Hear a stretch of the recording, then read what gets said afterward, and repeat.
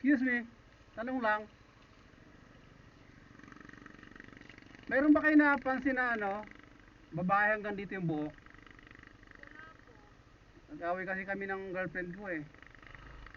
Biglang umalis eh. Eto may picture ako, baka nakita nyo.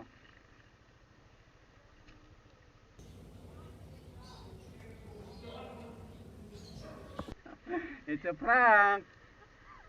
For the content lang mga sis.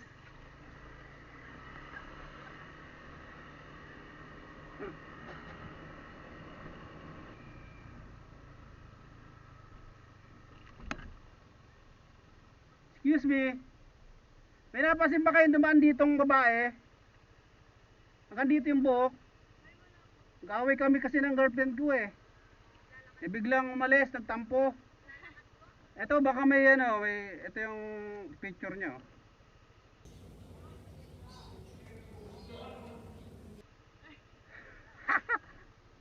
It's a prank. Uy, di ba ikaw yung ginugupitan ko yung anak mo doon?